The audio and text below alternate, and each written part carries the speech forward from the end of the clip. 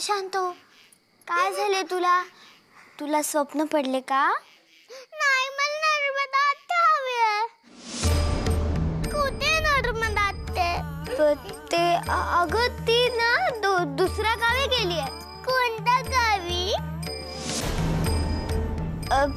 ते नाव नाही आठवत ग मला. पण मग आपल्याला का नाही पाठवलं तिच्या बरोबर? ती एकटीच का गेली?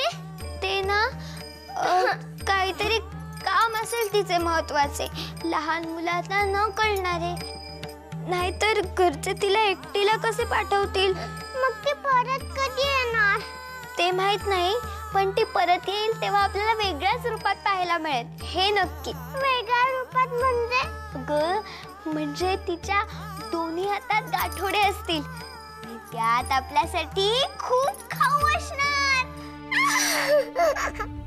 खरेच? हो खरेच.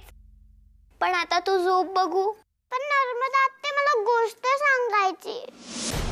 आता मला गोष्ट कोण सांगणार?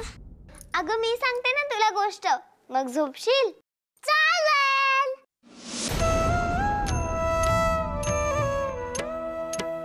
सांग आता बोलत एक गोष्ट. एक आटपाट नगर होते. त्यात एक राजकन्या राहत होती, अगदी आपल्या नर्मदा आत्यासारखी गोरी पान, निळ्या डोळ्यांची, गुलाबी ओठांची आणि गोड हसणारी.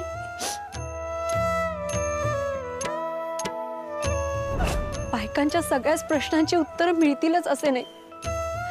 आता माझ्या मिलीच्या मनात कमी का प्रश्न आहेत? पण सगळ्याच प्रश्नांची उत्तरे मिळाली आहेत असे कुठे झाले? सासूरवास कुणाला चुकलाय? पण माझ्या बाबतीत माझ्या पाचवीलाच बुजला असणार तो.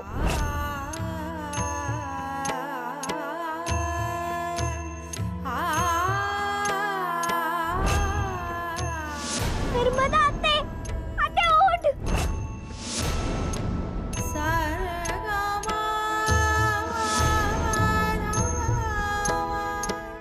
उमा, इथे.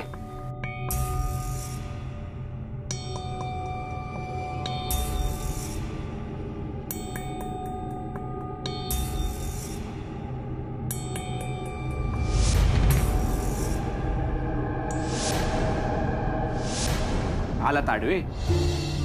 आमच्यावर खूप माया आहे ना तुमची, मग आता जाऊ दे आम्हाला सुखाने. मी तुला अडवू शकत नाही, कारण तुझ्यात ताकद आहे.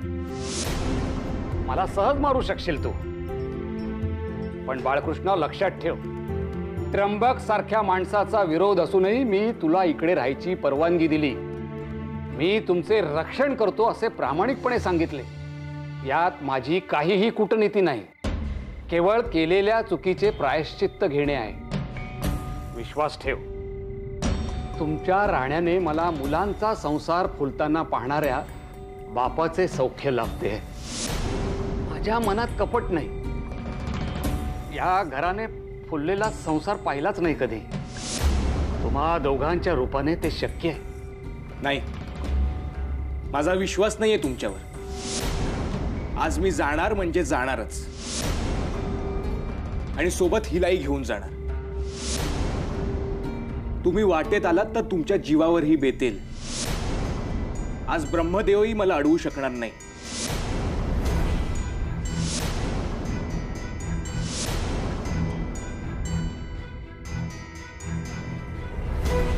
ठीक आहे, एका अटीवर तू हिला घेऊन जा. तुला माझ्याशी द्वंद्व करावं लागेल. या द्वंद्वात मी जिंकलो तर तुला इथे कायमचे राहावे लागेल, आणि जर तू जिंकलास तर तू तुला हवे तसे कर. द्वंद्व आणि तुमच्याशी हरणारं युद्ध का खेळताय? बरं चला, फेडा हाऊस. काय करायचे? आपण कुस्ती करायची. कुस्ती? हसू नकोस.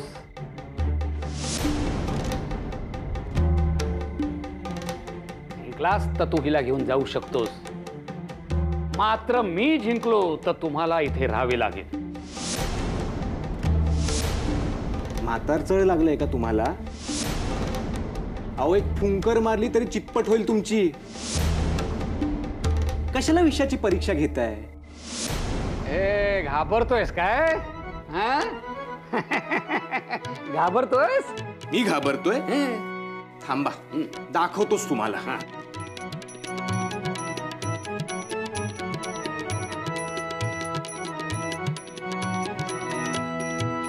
सदाशिवा, याला वसुलीत झाडताना यापुढे सोबत बयोलाही झाडायचे, म्हणजे ती शिकेल आणि या गधेड्याला मदत सुद्धा होईल.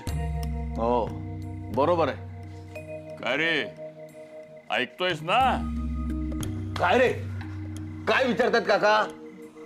काय काय करायचे रे या मुलाचे? सदा रे, लक्ष कुठे आहे तुझे? मला आईची खूप आठवण येते.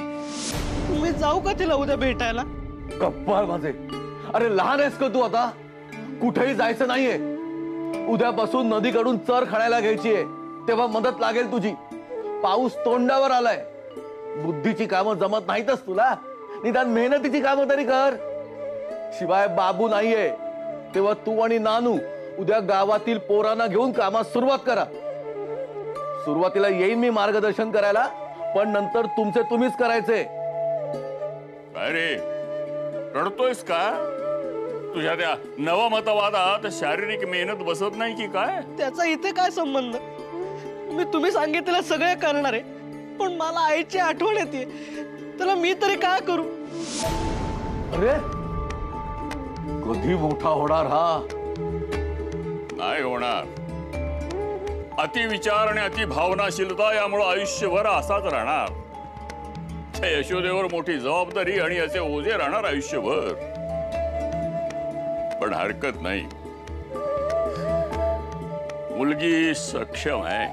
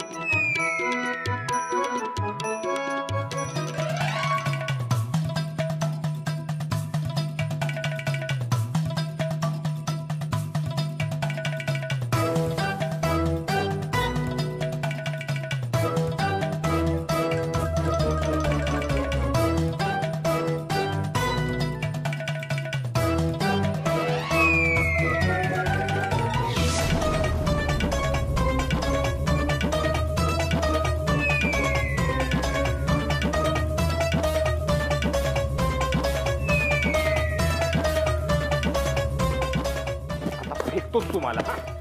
अहो,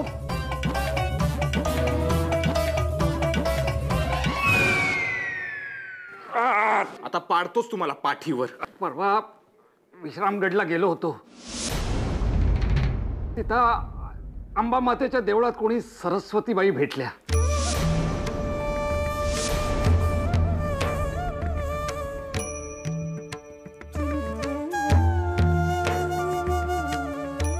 कोण भेटलं म्हणालात?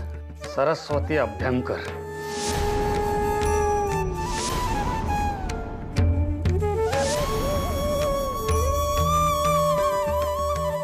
दृष्टी पूर्ण गेली आहे आता म्हातारीची. 4 मास पुरेल एवढा शिधा आणि काही रुपये देऊन आलो त्या माऊलीला. पण त्याने तिचा जीव कसा भरणार? तिला आस लागलीये.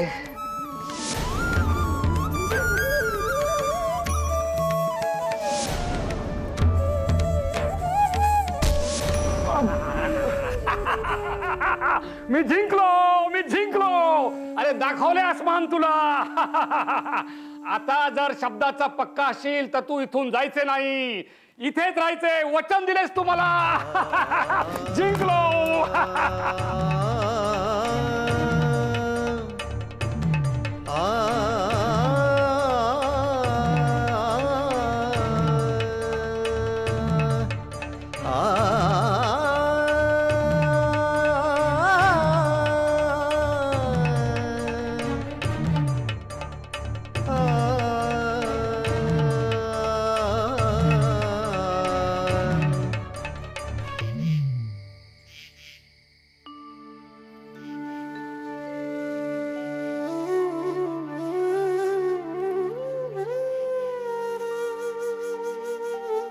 नाही नाही, माझ्या मुलाची भीती घालवण्यासाठी मी असे रोज रोज कुणाला उपाय करू द्यायचे नाही हो.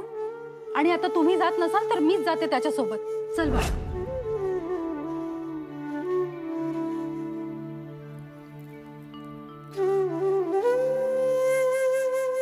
सदाशिवा, आपल्या आयुष्यात प्रत्येक गोष्ट आपल्या मनाप्रमाणे होत नसते.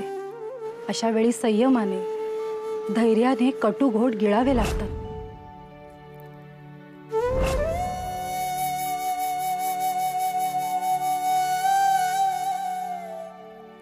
सदाशिवा, अगदी किमया आहे हो तुझ्या हातात. डोक्याचे दुखणे पळून गेले माझ्या. आपल्याला कोणी असं मायाने जवळ घेतलं की आणखी रडू येतं ना.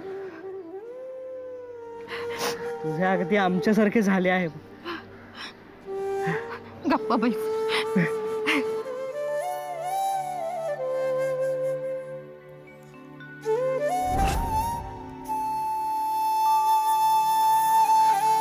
आई, आई मला तुझी खूप आठवण येते ग. सगळे हसतात मला, पण मी काय करू? तुझ्याशिवाय घर अगदी सोने वाटते. आई, आई,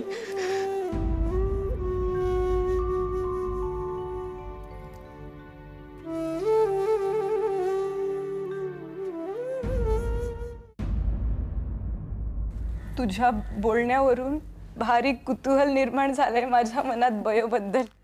कधी तिला एकदा भेटते असं झालं. धाडीन हो, तुझ्या पाया पडायला धाडीन दोघांना. हो हो, आमचा पुढारी भारीच उंच झालाय असं म्हणत होता बाबू. पुढारी? हे कधी नाव ठेवले सदास? इथे माझ्याकडे होता ना तेव्हा सारखी पुढाऱ्यांची भाषणे ऐकायला जायचं, त्यावरून ठेवले होय नाव. सदा पुढारी होईल की नाही ठाऊक नाही, पण मला आपले मनोमन वाटते हो. आपल्या बयोचे म्हणजे यशोदेचे नाव अगदी जगभर होईल. जगभर? खरेच जगभर. अगदी निराळीच चमक आहे हो त्या पोरीत. तुला मी ते इमामवाड्याचे सांगितले होते ना, तशी बायकांची नावे होत नाहीत, परंतु म्हणजे मड्डम होणार की काय ती? हा,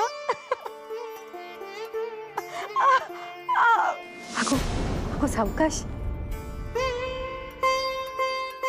खरे सांगू का, हिरा जिथे असतो ना तिथून चमकतो, ओळखू येतो.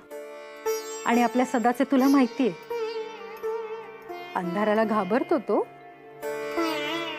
परंतु खात्री आहे हो मला, यशोदेच्या बाबतीत अगदी ठामपणे उभा राहील तिच्या पाठीशी.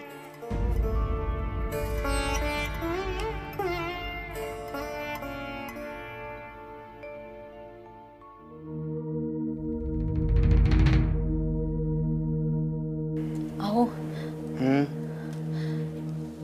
एक बोलायचे होते. काय?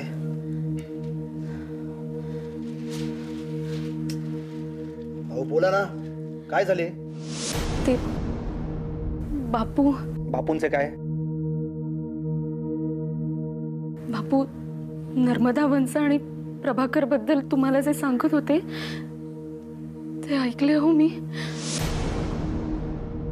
बरे, मग? हो, मग काय? तुम्ही काहीच कसा विरोध केला नाही त्यांना?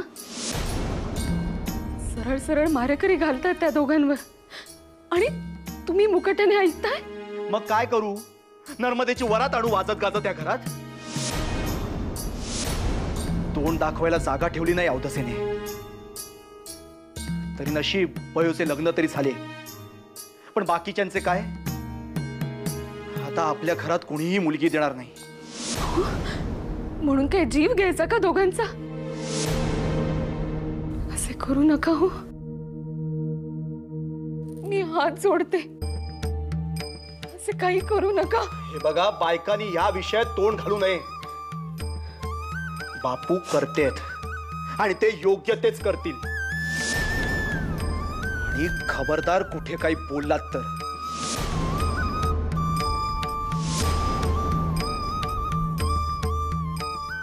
झोपा आता.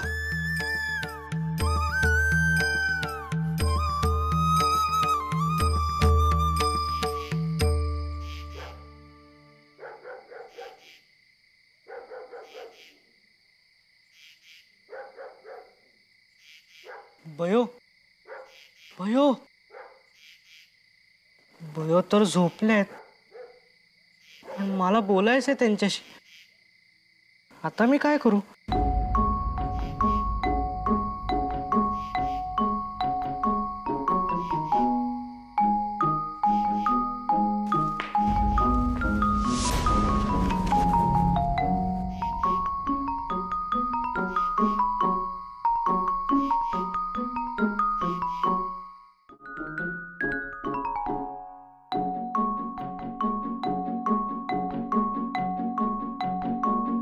भयो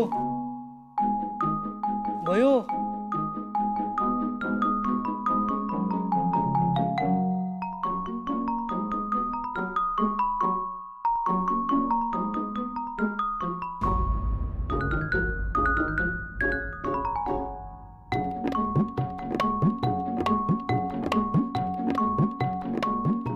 भयो तुम्ही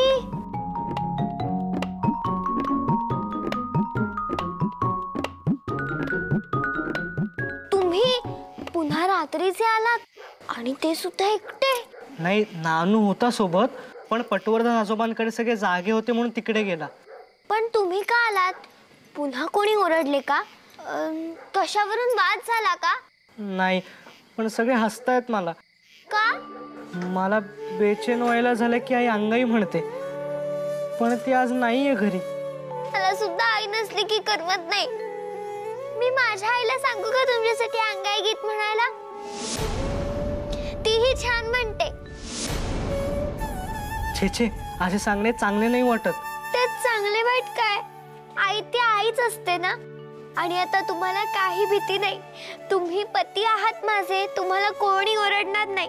अहो तसे नाही, मी काही आता सखू इतका लहान नाही अंगाई गीत म्हणायला. तरी सुद्धा आई माझ्यासाठी अंगाई गीत म्हणते आणि आमच्या घरातले हसतात. तुमच्याही घरी माझे हास्य होईल.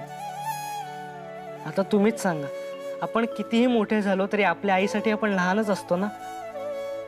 मग हसायचे कशाला? बरोबर की नाही? हो, पण मला तर वाटते माणसे मोठी झाली ना की ते वृक्ष होतात. मला वचन द्या. कसले? आधी वचन तर द्या. दिले. अहो, आपण सुद्धा मोठे होणार ना. आपण मुलांना उगीच ओरडायचे नाही, त्यांना मूर्ख ठरवून हसायचे नाही. आपण नाही ना वृक्ष व्हायचे. वचन दिलेत आता. म्हणजे गरज असेल तेव्हा रागे भरायचे, पण बापू आणि त्र्यंबक आजोबांसारखे नाही. हा, जोग आजोबांसारखे आणि माझ्या दुर्वाच्या आजीसारखे. हो हो, मला फार आवडते त्यांचे वागणे.